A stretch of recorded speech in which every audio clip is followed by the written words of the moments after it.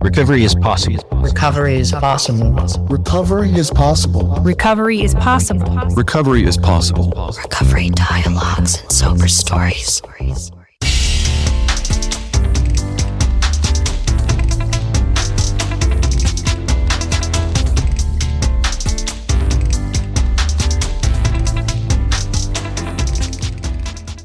Welcome to Recovery Dialogues and Sober Stories.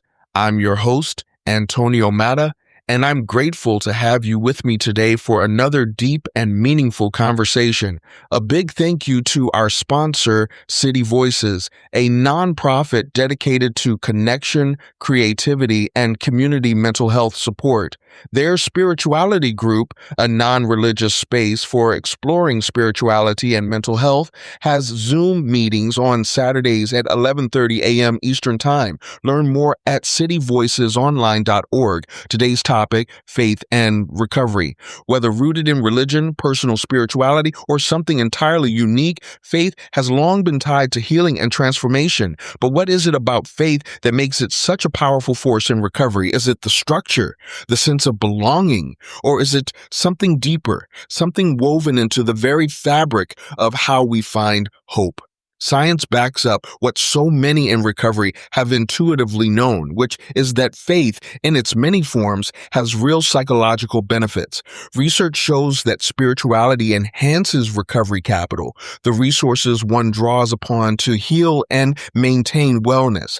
People with a strong spiritual foundation report not only lower relapse rates in addiction recovery, but also improved outcomes in psychiatric recovery. A systematic review found that those who engage in spiritual practices often experience reduced symptoms of depression, anxiety, and PTSD, with some reporting that faith provided a lifeline when traditional therapy alone wasn't enough. Faith and spirituality also play a role in reshaping how individuals understand their experiences with mental illness. Many who struggle with psychiatric conditions ask existential questions: why me? Or does my suffering have meaning? Spirituality offers a framework for answering these questions, helping individuals reframe pain as part of a more significant journey rather than a personal failing. In collectivist cultures, faith is incredibly vital, acting as a bridge to community support,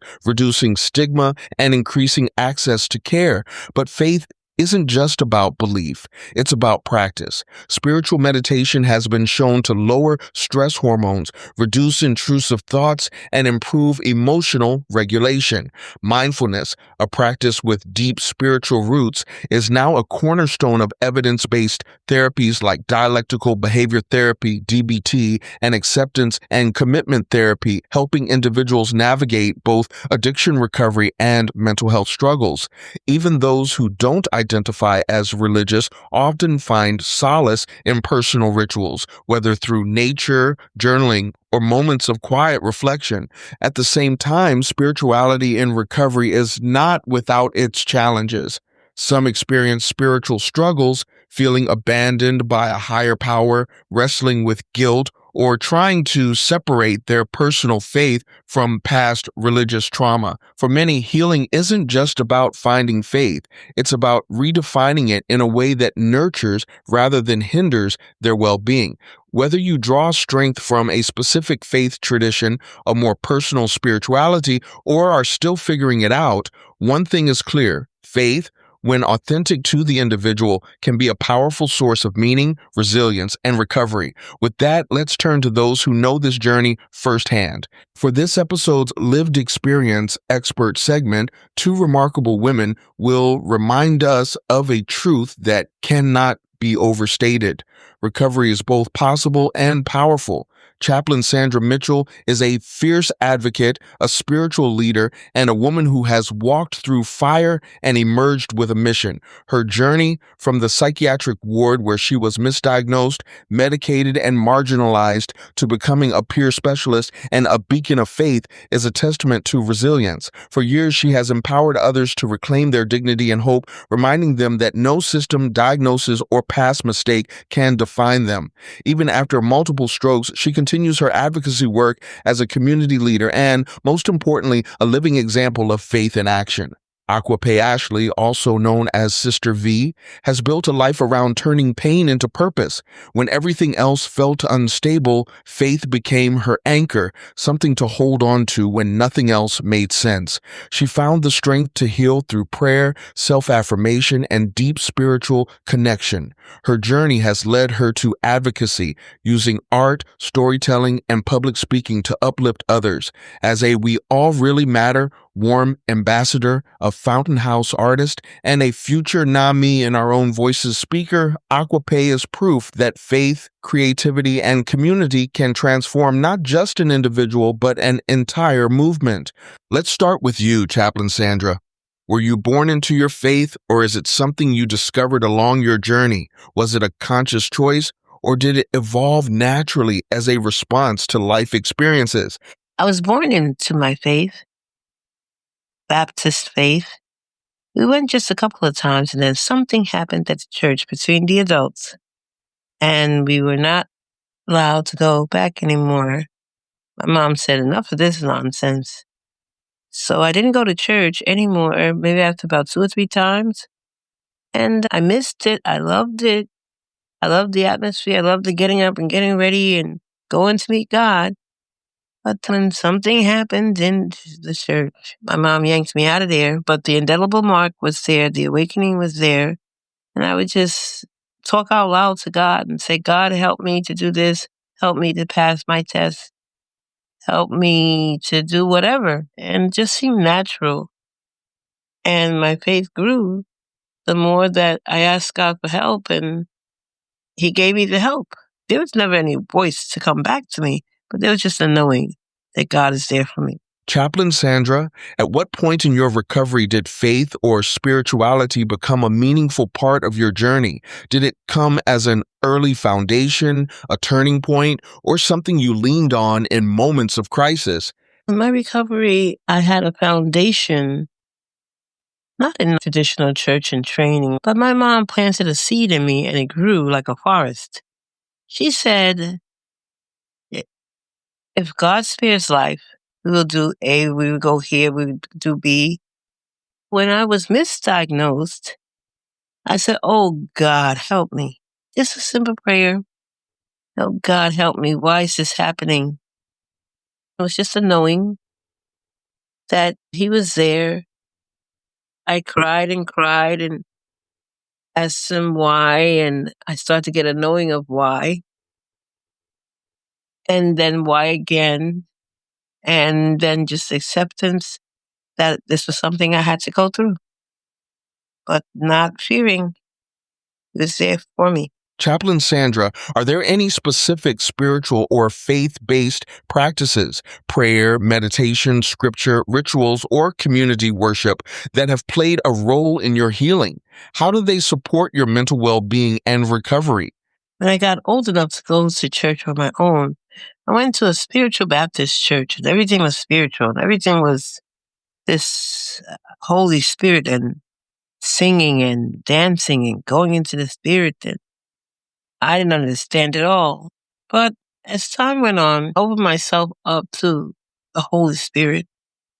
I would just feel comforted, and the songs we would sing, and that knowing that God will never leave me, never forsake me. If I make my bed in hell, He'd be there for me. No weapon formed against me shall prosper. Reading the Psalms is my ever-present help. Just praying earnestly really helped me to feel that connection and to be patient and to know that God will see me through. Sister V, have you ever had moments of doubt in your faith or spirituality during your recovery? How did you navigate those struggles, and what helped you find meaning again? As far as having moments of doubt in my faith or spirituality, I always believed the Almighty was there no matter what.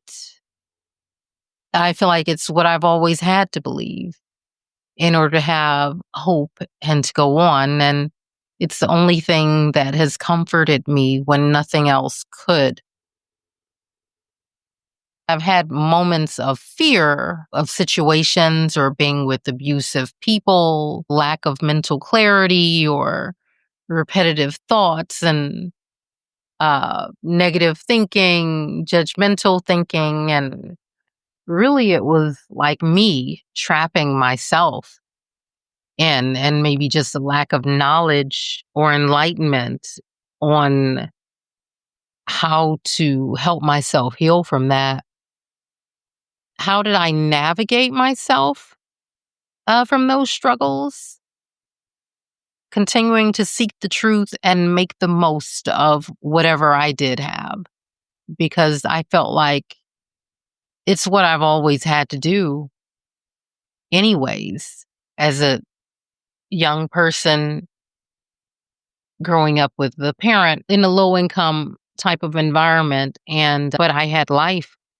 I may have been walking around with holes in my pants and short, like flooded pants and hair undone and looked down and on in mainstream society as someone who may have been a bit unkempt or didn't know the right ways to do certain things, didn't have the quote unquote right type of connections, etc. The way that I've navigated my struggle, even though I was very sad for a very long time until I was about 30, was my faith that the Almighty valued me.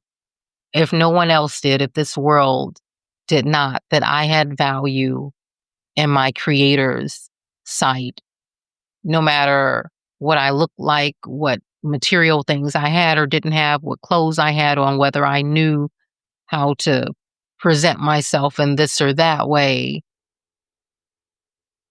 I knew that the Almighty was there and He had been protecting me all this time.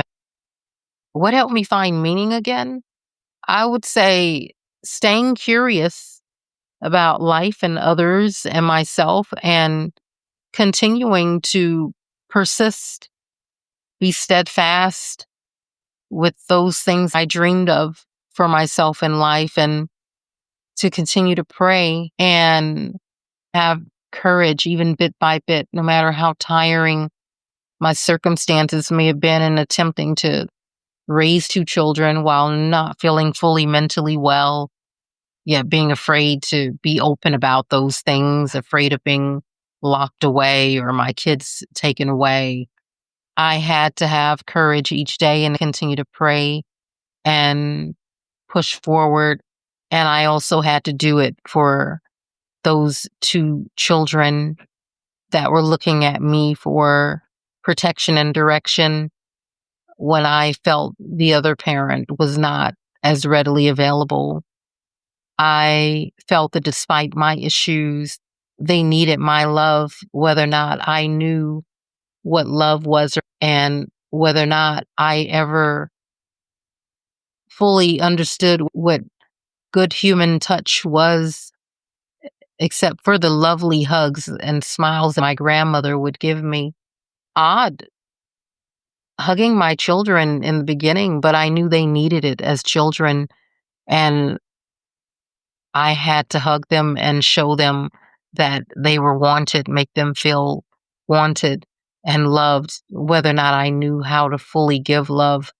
So my children continued to help me find meaning over and over again, and continuing to learn and open myself up to more in life. And also coming to Fountain House and having the chance to do DBT skills that have had a drastic impact on me, even within a few weeks.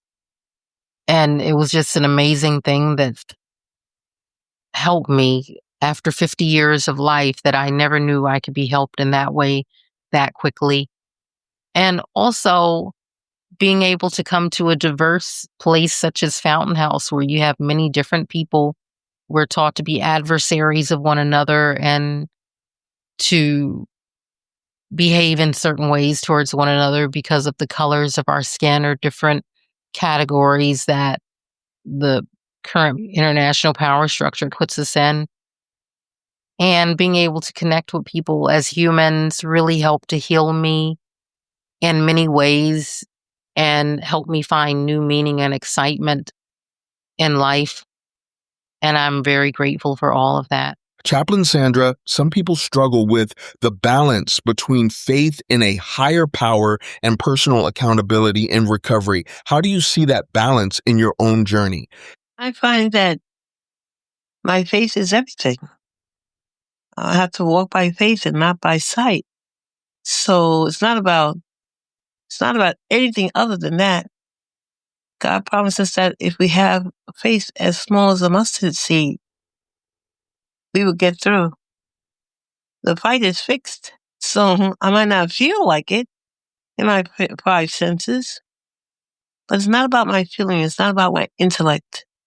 It's about my faith in God, who God is to me, who God is, period. God promises me that I would be more than a conqueror. If I'm going to be more than a conqueror, then this stuff is nothing. I began to trust and believe in the word of God and started to speak it over my life, my situation, my feelings. And I began to be saturated in God's love and protection. And I made it through. Sister V, has being part of a faith-based or spiritual community helped in your recovery? How has connection with others who share your beliefs or even those who don't impacted your journey? Yes, I would definitely say that being part of faith-based and spiritual communities have helped me in many ways to give me encouragement. The only thing that I've not appreciated as much is when I feel that others seem to want to control my perception when it comes to my spiritual experiences within certain religious circles. I really do strongly believe in personal mental exploration and developing my own thought process and relationship with the Almighty. Yes, but I enjoy going to those circles because I do share many beliefs that are expressed in certain religious circles to be my own person and to use my own mind and power of perception and observation and to examine things as I feel are satisfactory. Connecting with others who share certain beliefs that I do is definitely fortifying. As they say, iron sharpens iron. Connecting with others who don't share my particular beliefs at times opens my mind to new ways of seeing the same thing that I might already believe, but it's like opening little pockets of tissues adhered together, giving new perception and new freedoms of thought. Very enlightening. When I do go into these other spaces, I choose to reserve for myself certain thoughts that have been strengthening or empowering for me. So yeah, I reserve the right for myself to stay within certain boundaries. And a lot of times I find that others seem to be inspired by some of the positivity that might come from that. Many seem to be open to the fruit that comes from some of the teachings that I've gathered from different spiritual traditions. So basically, do believe in putting on the shield of the Almighty. And when I'm out in the trenches, getting dirty in the trenches, I'm observing, and as a human being, I'm experiencing and it's affecting me. But at the same time, ultimately, I'm maintaining the shield of the Almighty and some of my core beliefs that keep me feeling as though I'm rising higher within my own self, my own life and experience, and that keep me moving forward. Chaplain Sandra, not everyone connects with organized religion, yet many find strength in spiritual belief. How would you define faith or spirituality in a way that resonates with your personal recovery experience? Spending time alone in a quiet place, reading His Word, meditating on His Word, asking God for divine revelation, asking God to soothe your heart, asking God for that balm in Gilead, reading the stories of our ancestors who are written about in the Bible, and understanding what they did in times of trouble. Really developing a relationship with your Father who art in heaven is priceless. Your soul can be uplifted in the worst of times. The worst of times become the best of times because you get a closer walk with your Creator, with God Almighty. I realized I just had to develop a faith walk that had nothing to do with no one else but just me and God. Sister V, what would you say to someone struggling with recovery who is unsure about the role faith or spirituality could play in their healing process? What insights from your experience could help them build their own sense of faith? I would ask the person to look at the pros and cons of building a sense of faith or spirituality or not building a sense of faith and spirituality, and which one might take you down a road that you might prefer. Would it be worth the journey to choose a sense of faith or forwardness to help you with recovery? Or would it be worth it to go in the other direction?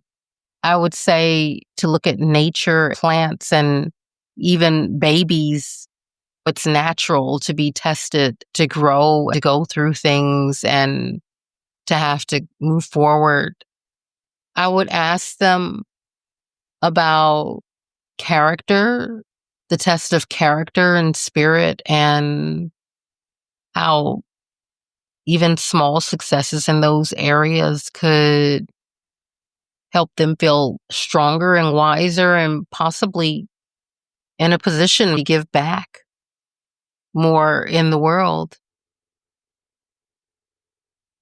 As far as developing a sense of spirituality, ultimately the physical bodies that we are born into, they're born to break down eventually. But the essence of the person is still in existence. We are spirits. We are magical. Why not give that magic a chance? Give that spirit a chance. Engage with that spirit, that sense of spirit, and the power of connecting in spirit. Having faith and courage is also a spirit. Sister V, was there a specific moment in your recovery journey when faith or spirituality profoundly changed your perspective or gave you new strength? If so, what was that experience like? A very recent moment where I had a changed perspective that gave me new strength is when I started going to Fountain House. I used to have intrusive thoughts and a difficult time focusing on what a person was saying to me. I would have all these negative interfering thoughts and was preoccupied with people's race and their color and other things on the outside of them. And at some point, what helped me with that to start dissolving those things was to focus more on that each person is a soul. Yes, your looks in society do affect what type of experiences you might have, and it might express certain conditioning that you may or may not have according to what you look like or what your financial status or family background is and things like that. But more importantly to me, and the thing that goes beyond all of that, is that this person is a soul. Working to look at that person from that perspective first and work from inward to outward, and also being compassionate started, like, I remember just having the opportunity to be at Fountain House and being around people because I had been isolated for most of my 50 years of life, except at work or certain serious interactions. I had not really been in an environment where I was able to interact healthfully with people. Having the chance to be around so many different people and experience so many things and see how other people were reacting and responding, I really feel it helped me with a learning curve I was having as far as certain intrusive thoughts and how I was operating. And I'm really happy about that because growing up was very difficult for me with all of the focus on race and color. Because of these social and structural messages, I don't watch much TV or listen to the radio because I get repetitive thoughts in my head. I do watch YouTube and I like to read through different materials and learn different things. I've gotten into art as well, which has been a very spiritually cathartic situation for me, being able to artistically express myself in ways that I have had challenges being verbal about before. Yeah, a specific moment where faith and spirituality changed my perspective. Yes, definitely being at Fountain House, becoming a Fountain House artist, going to DBT group skills classes have drastically started to affect my thinking in a more positive way. And I feel that in that sense, life is more enjoyable. And I'm also enjoying being more self compassionate, less judgmental on myself, and appreciating my own humanity and starting to honor and love myself more. Fountain House has really been having a drastically positive experience on me. And so has attending WARM, the domestic violence prevention organization, where I've started to learn about boundaries, PTSD, anxiety, and depression. And I've always wanted to be someone who helps others. So being able to take these tools and as I'm teaching or sharing with others, allow it to continue to help transform me to have definitely continue to keep pushing me on and increasing my faith and enjoying the spirit that I am in living within these human constructs. Lastly, Sister V, how has your understanding of faith or spirituality evolved throughout your recovery? Has it changed in ways you didn't expect? And if so, how has that impacted your healing? I would say that I really didn't expect or realize that there were new ways to relax and trust the maker that made me and the experiences that I'm going through. I am deeply pleased with the feeling of learning to be more compassionate, less judgmental, and which helped me to practice reducing my levels of anxiety and realizing that, yes, I can slow down right now. There's no big hurry in this moment to do this. I feel like just being more aware of time, and sometimes I feel like I'm in such a rush, but I'm like, wait, what am I rushing for? I have the time to take a few deep breaths. Okay, let me stop and deep breathe because I'm actually not breathing. I'm breathing kind of shallow or holding my breath, and I'm catching that and realizing that I need to slow down. I have being able to stop and have faith in the moment be present in the moment has been a drastically new and different feeling for me. Well, I'm working on continuing to become stronger in that as I connect to reality and being in the moment of reality and not beating myself up so much or piling tons of things to do on myself when it's just not necessary. As DBT talks about, I need to stop and check the facts and look at, are my actions or behaviors applicable in this moment and situation? A lot of different DBT skills I've been applying. I feel that I've been able to release some heavy burdens off my head by realizing that I don't have to be as intense in many instances where I had started to develop the feeling that I needed to be intense or in a hurry. I'm just immensely grateful that life is so expansive. I'm happy for the DEI of life, diversity, equity, and inclusiveness of life itself. That it's non-ending, it's a big, beautiful thing with many different pathways. There are many ways for us to elevate ourselves and to free ourselves from the self-oppression that many of us are guilty of putting on ourselves.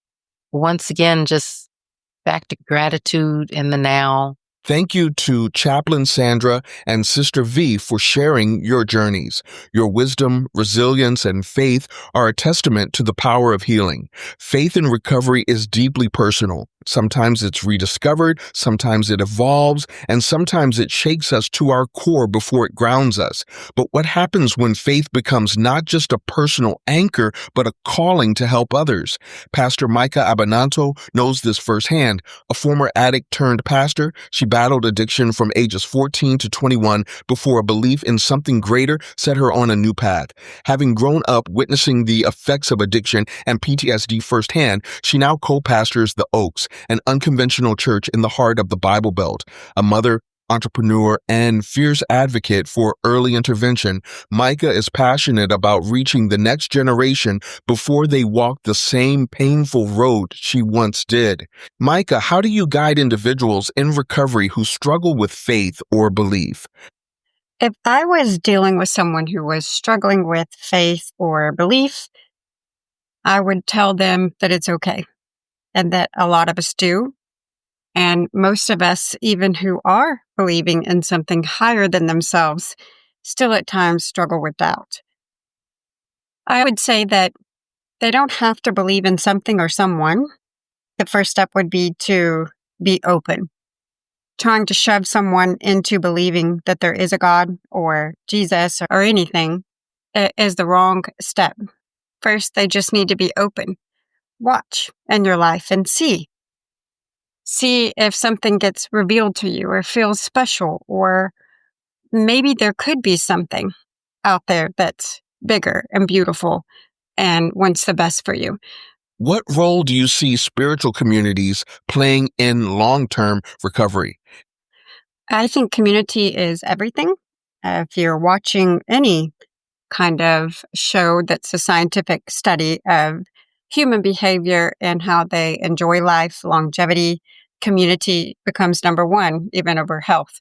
So the much more for someone who struggles with addiction or mental illness, a supportive community involvement is huge. Whether that be church or there's just all different ways to have community, but I believe it's crucial. I think that you cannot stay sober and you cannot be whole as a human if you do not have community. How do you address the tension between faith-based healing and medical or psychological treatment? That question digs deep into my soul because when I first became a Christian, someone important in my life at the time who knew about my brother being bipolar, schizophrenic, said to me, if he would just get saved, he wouldn't have those struggles anymore. He is demonically possessed. My response was, he thinks he's Jesus right now. How is he going to get saved? It's erroneous to say someone battling mental illness just needs to accept Jesus Christ. It's asinine. I do think there is a harmonious balance between the two. I think they can work against each other, but the reality is that we need both. The medical field has a lot of positive things that can help us in our mental instability. Church and other spiritual programs like meditation. There's so many things we could be doing that actually helps us mentally, physically, and spiritually. We're three: mind, body, and spirit. We have to address all three to be a whole person. Unfortunately, the spiritual world sometimes just focuses on the spirit. The physical world just focuses on the physical, etc. But I was very spiritually advanced for years, but guess where I was so weak? It was mentally. And so I really discovered after that season of my life that while I may know a lot of things about God and the Bible and that sort of thing, I didn't know a lot of things about the mental strength that you needed. The power and trying to focus on all three for those who struggle and for those who don't is very important in life. What are the most common spiritual struggles you see among those in recovery, and how do you help them navigate those challenges? I think we already addressed the first one, potentially not willing to embrace anything spiritually and realizing the importance and impact it can have on your life. But beyond that, many have been hurt, whether in church or by church people. So that makes them angry in any church or having anything to do with God or spirituality. They're completely closed off. That has been a big one that we have faced at our church. I would also say that hypocrisy that many have faced, where they see someone saying and doing one thing, but maybe their parent or behind closed doors doing another. And I also think, at least in my case, I just simply wasn't taught that there was something real and beyond me. And when life is so hard and you go through so many difficult things, it's like a veil's put over you. And it's hard to believe that there is something beautiful that connects us all. And that it's okay to believe and be spiritual, even though you're desperately wounded. Sometimes simply the validation of the pain and the suffering brings openness to something beautiful. When I went through an F5 tornado in Moore, Oklahoma in 2013, you would think that would crush my belief in God and spirituality because I lost everything. But it was quite the opposite, because in the midst of my suffering, I saw the rally of humans coming together in such a beautiful way. But I think that in the spiritual realm, sometimes people just have a really difficult time showing compassion to those who are really struggling. And it's unfortunate because I may not be in the middle of a difficult addiction right now, nor you. We're all addicted to something all of the time. So we can relate more than we realize. And I think that showing compassion is just essential. Lastly, how can someone develop a meaningful spiritual practice if they are skeptical or unsure of their beliefs? One thing that I became aware to just in the last few months is something called immersion. If you're battling with something, or even if you had unbelief, putting yourself in a situation where you are immersed with potentially being confronted on how you're thinking. For instance, I went to a Tony Robbins event for 5 days. I got immersed in being confronted with life's choices. And let me tell you what, I did develop some spiritual practices from going to that. And while I'm not battling any addictions right now, I do battle busyness, which can negatively impact my life. I battle, maybe I work a little too much, but what I loved about the spiritual practices he taught is that they aren't Christian. They are mind, body, and spirit, which was a beautiful experience to have, where you not only engage your mind and your spirit, but you engage your body. And I think that's a huge missing element that I've seen so much in the Christian world, and even sometimes in the spiritual world, that in other countries, let's say the priests, when they pray, they rock back and forth. They're showing a physicality to their spirituality. If you do not engage your physicality while you're trying to change or grow spiritually, you almost can't. You have to engage your body in order to grow. That was extremely profound for me to realize. And I have used it even with the ladies of my church. For instance, the biggest thing that I got from that conference was that pain was for my good. Now, I've shared with you just a few things that I've gone through. And in a way, while I wouldn't say that all my life struggles was my identity, definitely in my head it was, because I could just rattle them all off. I remembered them all, but I couldn't tell you all the beautiful things that happened yesterday. Red flag. But when you are trying to change how you think and feel, you have to put your hands out and you're going to do a physical pain is for my good, right? And so I made my ladies at my church do it. We were all in a circle and many of them did. And it was interesting how a lot of their faces lightened and they were realizing the power in that statement. I did have one lady who said, "I'm just not there yet." And she cried. And I loved her honesty. Pastor Micah, thank you for your heartfelt insights and for the work you do to guide others toward healing. Your journey reminds us that faith is not just about belief, it's about action, transformation, and service. While faith and spirituality can be powerful forces in recovery, their integration within clinical psychology adds another layer of support. Many mental health professionals recognize that meaning-making, mindfulness, and belief systems can enhance emotional resilience and long-term healing. But how do these elements fit within evidence-based treatment? To explore this intersection, we turn to two experts who bring both clinical rigor and a deep understanding of personal transformation. Adam Wick is a board-approved licensed alcohol and drug counselor supervisor, a certified sexual addiction therapist, and a licensed professional counselor. Dedicated to helping men break free from destructive behaviors, he brings a compassionate and structured approach to addiction recovery. Robert Kamen is the founder and CEO of The Beekeeper, an international mental health organization reshaping the care landscape.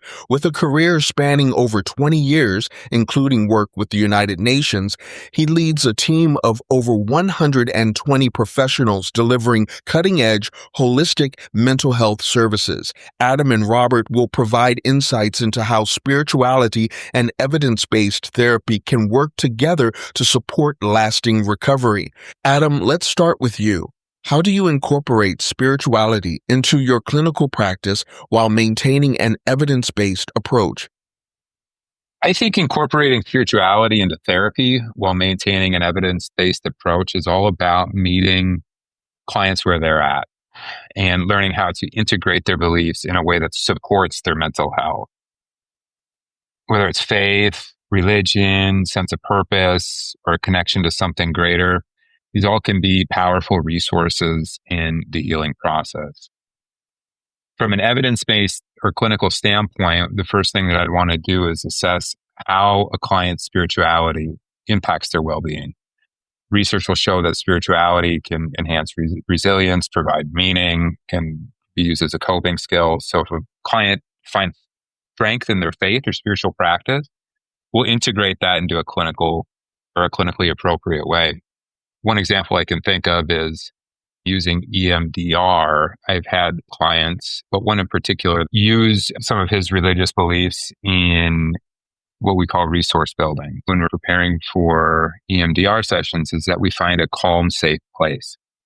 It's really important when you get into trauma work, because when we dive into the nitty-gritty, we may need to ground ourselves. By establishing a calm, safe place, we can come back to that place if we get too far into the weeds with trauma. And some of the imagery that he came up with had to do with some religious experiences that he had and integrated well with his faith. So we use that. And he found it very comforting.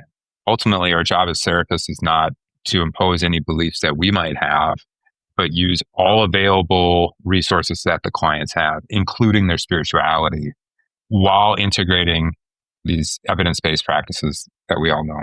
Robert, I'd love to hear your perspective as well. I think it's important to define what spirituality means to you as an individual. Mindfulness-based practices can often be an anchor into spirituality. So if we look at perhaps, say, as an example, yoga is an evidence-based approach when it comes to the treatment of trauma or PTSD in particular, and can be very efficacious or very effective in working with individuals in what we describe as a somatic way. So that's working with the body.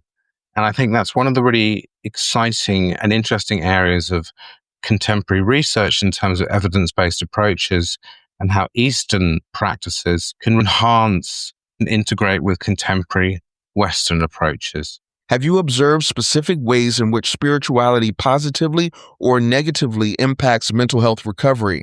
Adam, what are your thoughts on this? Robert, feel free to jump in after. Spirituality can be both a powerful asset and also an obstacle in recovery. It depends on how it's integrated into a person's life and belief system. Some of the positive impacts that I've seen of spirituality in recovery from addiction, trauma, mental health disorders, the first and foremost I would say is that it can provide a sense of purpose and meaning. Spirituality can provide a framework for understanding suffering, finding meaning in their experiences. It can also be a strong motivator for change. Another huge benefit of spirituality in recovery would be the community and support that clients feel when they get engaged with either a faith-based community or an addiction recovery, a 12-step group, or something along those lines. It can bring a sense of belonging, accountability, encouragement. All those things are going to be really supportive for somebody's recovery. I'd say another benefit to spirituality and recovery would be the ability to emotionally regulate and find mindfulness, particularly within those traditions that emphasize that. But there's a lot of neurological benefits to meditation, along with gratitude too. It can actually restructure the way we think, and there can be actual physical changes in our brain the more we engage in those practices. Being engaged with spiritual community that engages with mindfulness, you're actually starting to build up some neurology that can be more adaptive to overcome mental health challenges. Also, I've seen some negative impacts of spirituality in recovery. A lot of religious shame and guilt that can become barriers, particularly with those with addiction. Clients might struggle so much with self-worth and they feel like they've failed in their faith, and it can be a real barrier to them getting well.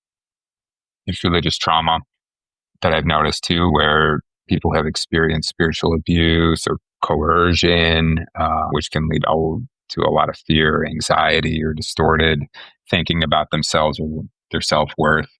I have noticed that there sometimes can be conflicts between faith and therapy. Certain denominations or religious beliefs may conflict with what we do in the therapy office. This particularly, my experience revolves around medication, but there has been some resistance to some therapy models where clients don't want to engage in something because it doesn't necessarily align with their religious beliefs. Again, it's important to remember that spirituality is diverse in nature and can mean diverse things for different people. And also it's made up of different components as well. Here, where I work at the Beekeeper, we use a lot of somatic approaches, but also meditation is really a core component of what we do, and is also a core component of Buddhist practice. This can play a significant role in addiction recovery by promoting mental clarity, emotional resilience, and self-acceptance. Techniques such as Vipassana, which is insight meditation, and metta, or loving kindness meditation, amongst others, can help individuals process past traumas, develop compassion for themselves and others. And this reduces self-judgment, which is often a barrier to sustained recovery. By creating a space between urges and actions, meditation strengthens an individual's ability to break compulsive behaviors. It's important to remember that the Buddhist principle of non-attachment is particularly relevant to addiction recovery. Substance use often stems from an attempt to escape suffering. Buddhist teachings emphasize that suffering is an inherent part of life and should be acknowledged rather than avoided. This shift in perspective helps individuals develop healthier coping mechanisms, moving away from external substances to regulate emotions. But of course, this all requires a degree of discipline. And when it can go wrong is when we stop meditating or the practices that we're finding useful, and that can create a slightly grayer area where we're more likely to slip. So we have to be mindful to ensure that we maintain these practices for long-term healthier outcomes in our lives. Adam, let's hear your insights first. Some individuals seeking help have experienced harm from religious institutions. How do you help clients process religious trauma while still exploring spirituality as a healing tool? That's a really important question because for a lot of people, spirituality can be both a source of pain and also a source of healing. My experience has been when someone has experienced a religious trauma, whether it's spiritual abuse, even overly religious teachings that lead to shame, or maybe even exclusion from a religious community. What we want to do in therapy first is to create a space where they can talk about it openly without any fear of judgment. A lot of clients, when they come in and they've had religious trauma, feel guilt or confusion. They start questioning their beliefs. So we start to work on validating their experience and help them understand that healing doesn't have to mean rejecting spirituality altogether. After that, they'll focus on the psychological impact. Religious trauma can shape a person's sense of self, their ability to trust, and sometimes their core beliefs about worthiness or suffering.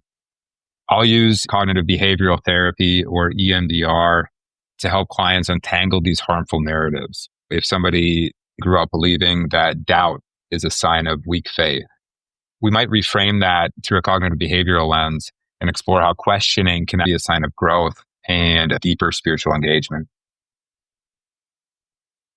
One of the hardest parts of religious trauma recovery is dealing with the grief that can come from it.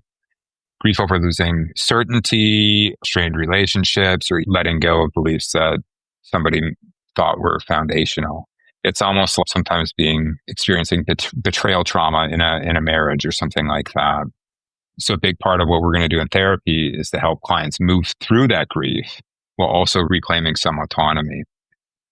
Spirituality doesn't have to be all or nothing. It can be something that they choose, shape, engage with in a way that supports their healing rather than gets in the way. At the end of the day, it's not my job to tell someone what to believe. It's to help them process their experiences, heal from the wounds of religious trauma, and find a way forward that feels true to themselves. Robert, I imagine you have a unique angle on this as well. Many people who have experienced religious trauma struggle with feelings of shame, fear, guilt, or even betrayal, which is often linked to rigid beliefs, authoritarian structures, or harmful teachings. At the same time, spirituality can be a powerful resource for meaning, connection, and emotional resilience. The key is separating harmful religious experiences from the potential benefits of spiritual exploration in a way that empowers the clients. It's important that we validate religious trauma and its impact.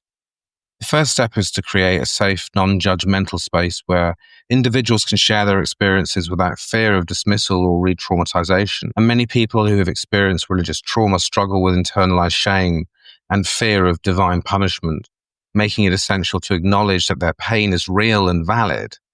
Exploring the ways their religious experiences impacted their self-worth, relationships, and worldview can help people begin to untangle harmful conditioning from authentic spirituality. Addressing cognitive and emotional wounds is also important. Many individuals dealing with religious trauma have been conditioned to fear questioning beliefs, leading to cognitive dissonance when their lived experiences contradict religious teachings. We use cognitive restructuring that can help them challenge these internalized beliefs and replace them with perspectives that align with their personal values. Techniques such as mindfulness, self-compassion, and somatic therapies can help individuals process the emotional toll of trauma, particularly if they experience anxiety, guilt, or hypervigilance around religious themes. It's important to remember that clients need to define spirituality on their own terms. Rather than rejecting spirituality altogether, Individuals can be encouraged to explore what spirituality means to them outside of religious dogma. Some may find connection through nature, meditation, mindfulness, community, or artistic expression, while others may choose to reclaim aspects of their former faith in ways that feel healing rather than oppressive. Clients should be given permission to question, explore, and reconstruct a spiritual framework that feels supportive rather than restrictive in their own individual lives and their lived experiences. Introducing healing spiritual practices. For clients who wish to engage in spiritual practices without religious harm, incorporating mindfulness, breath work, gratitude practices, and meditation can provide a sense of connection and grounding without requiring adherence to a specific belief system. Journaling, dream work, or connecting with supportive spiritual communities can also help individuals rediscover spirituality in a way that promotes healing rather than fear. Many secular therapeutic modalities, such as mindfulness and meditation, have spiritual roots. How do you see these practices benefiting those in recovery? Adam, from your experience, how do you see this playing out? I love this question because mindfulness is one of those practices that really bridges both spirituality and evidence-based treatment. I know mindfulness has deep roots in Buddhism and other traditions, but it's also been extensively studied in psychology and neuroscience, and it has a lot of evidence that it improves mental health.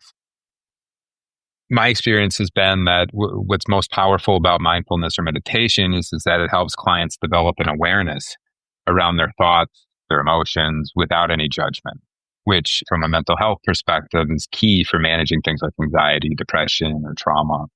One of the most valuable aspects from a clinical lens about mindfulness and meditation is its role in nervous system regulation. When we think about trauma or anxiety, people are often stuck in that fight or flight mode. Their nervous system is stuck there. It can't get out of it. Mindfulness, what that will do is will activate the parasympathetic nervous system, also known as the body's natural relaxation response. This helps clients to feel more in control of their emotions, their reactions. It brings them down out of that fight or flight response into a place where they can make much more wise and usually more intentional decisions. This is huge for people that have struggled with emotional dysregulation or compulsivity or even just overwhelming distress. Mindfulness isn't about forcing a particular religious perspective. It's about helping people develop self-awareness, emotional resilience, and the ability to respond rather than react. Robert, I'm curious to hear your take too. Mindfulness helps individuals break free from the automatic impulsive reactions that often drive addictive behaviors.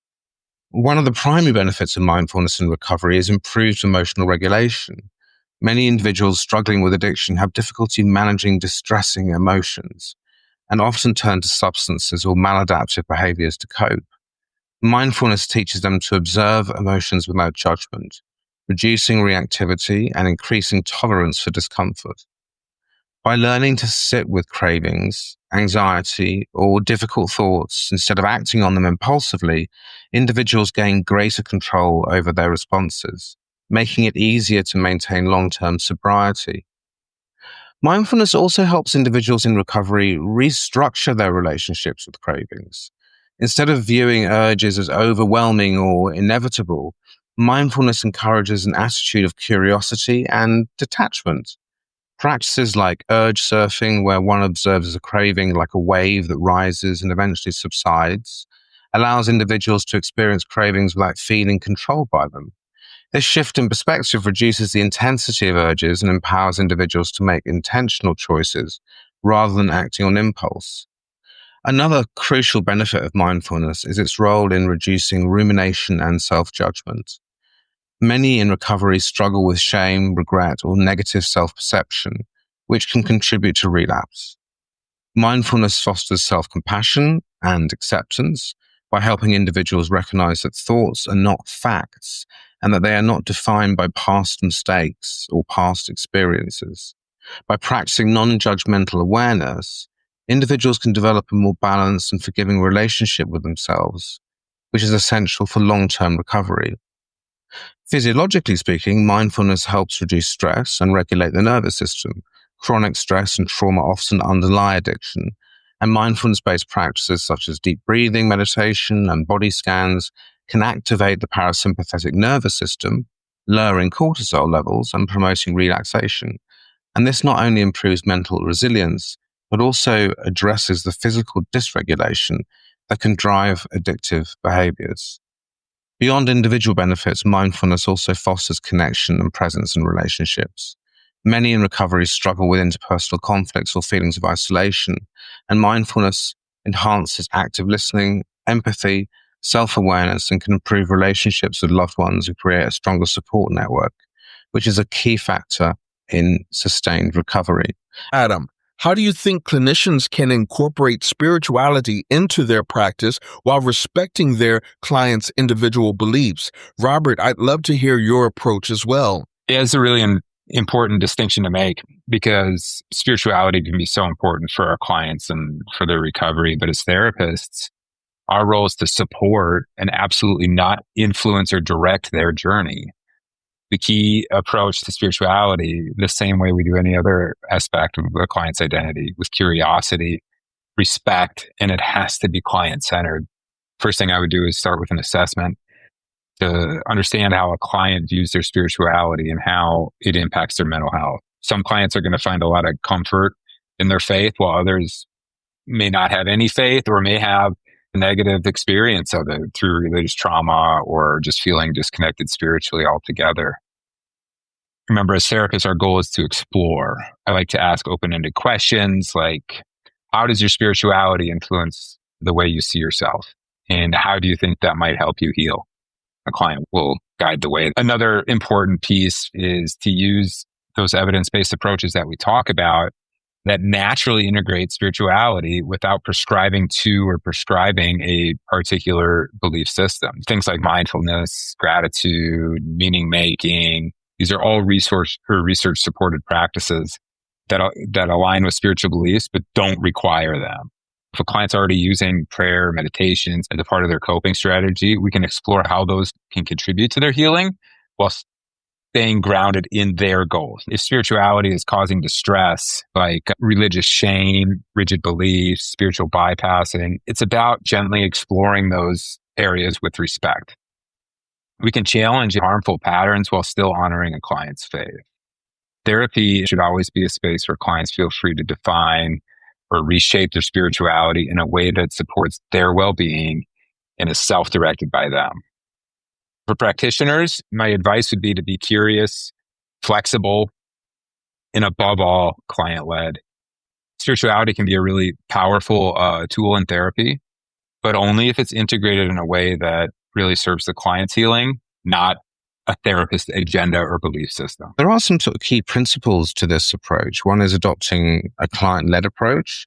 Practitioners should begin by exploring the client's perspective on spirituality. Some clients may have a strong spiritual framework, while others may have experienced religious trauma, skepticism, or have a secular worldview. Asking open-ended questions such as how does spirituality or meaning play a role in your life could be one way to gain a better understanding of where a client sits with this. It also allows a client to define what spirituality means to them, if anything at all. It's important to normalize a broad definition of spirituality. Spirituality doesn't have to mean religion. Many people find spiritual connection through nature, meditation, mindfulness, personal values, community, creativity, existential exploration. Using inclusive language like meaning, purpose, connection, and inner peace can help make people feel spirituality is more accessible without tying it to a particular doctrine. Another important aspect is to respect and acknowledge diverse beliefs. Practitioners shouldn't remain culturally humble and non-judgmental, recognizing that clients come from diverse religious, spiritual, and secular backgrounds, rather than assuming what is beneficial. Active listening and curiosity without judgment ensures that the client's belief system, or lack thereof, is always honored in the process of working with them. And using spirituality as a tool, not a directive. If a client expresses interest, spirituality can be integrated as a therapeutic tool, much like mindfulness, cognitive reframing, or self-compassion. For example, a client who values faith-based prayer may benefit from incorporating prayer into coping strategies, while another may find meditation or nature-based reflection more meaningful. The key is to facilitate exploration rather than prescribe practices. An additional area to address is if a practitioner integrates meditation, breathwork, gratitude practices, or existential inquiry, it should always be framed as an optional tool. Saying some people find this helpful, but would you be open to trying it? Gives clients autonomy, ensuring they never feel pressured to engage in spiritual practices that do not resonate with them.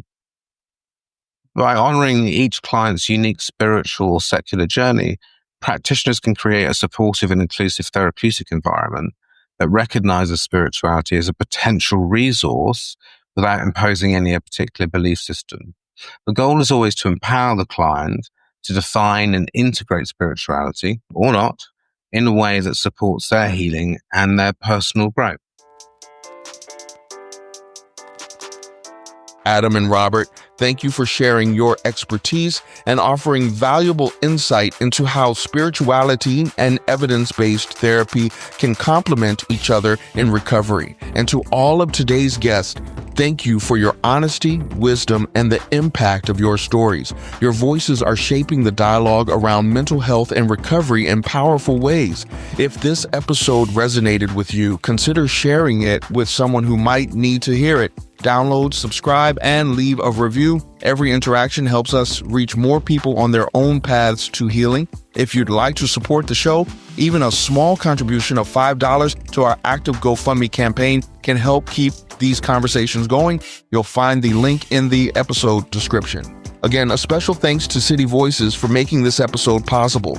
Their sponsorship won't last forever, so if you or an organization you know is passionate about supporting mental health awareness and addiction recovery, reach out through the contact details in the description. Together, we can continue bringing these purposeful discussions to the forefront. Recovery is about more than just getting by. It's about being. It's about making intentional, positive life changes that lead to empowerment, self-direction, and a fulfilled existence. Until next time, take care of your mind, your story, and the path you're creating.